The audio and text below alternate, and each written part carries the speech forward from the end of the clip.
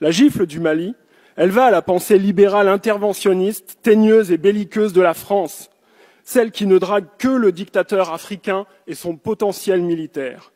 La gifle du Mali, elle va à l'État français qui a privatisé sa politique étrangère pour l'intérêt de quelques capitaines d'industrie arrogants quand le peuple de France, lui, n'en bénéficie plus. La gifle du Mali est également destinée à notre système médiatico-politique. Ministres et parlementaires godillots, plateaux de France 24, RFI ou de la chaîne parlementaire célèbrent dans une connivence coupable leurs mensonges pour nous expliquer que certains troisième mandats sont bons, d'autres pas, certains putschistes défendent la liberté aux côtés de la France et d'autres pas, la com pour seule boussole. Les réseaux sociaux ont balayé la propagande française cachée derrière ce marketing ridicule du pays des droits de l'homme et de la démocratie, quand nous sommes en réalité le troisième pays le plus gros vendeur d'engins de la mort de la planète. La gifle du Mali, c'est le réveil d'une conscience nationale malheureusement cimentée par ce sentiment anti-français que vous avez continué de laisser prospérer. Être continuateur de l'erreur, c'est commettre l'erreur en l'aggravant. La gifle du Mali, c'est le signal donné à tous les autres pour en faire de même.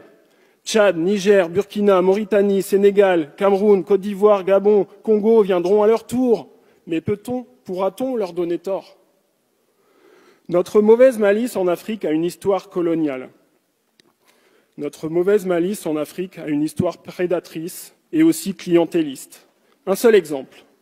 En 1953, Sylvanus Olympio, président du Togo, lequel avait eu l'audace de déclarer à l'AFP « Je vais faire mon possible pour que mon pays se passe de la France », est assassiné.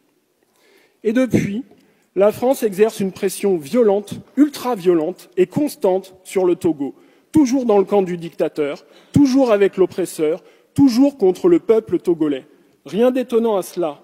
Plus la France s'adresse à un petit pays, plus sa prédation est immense.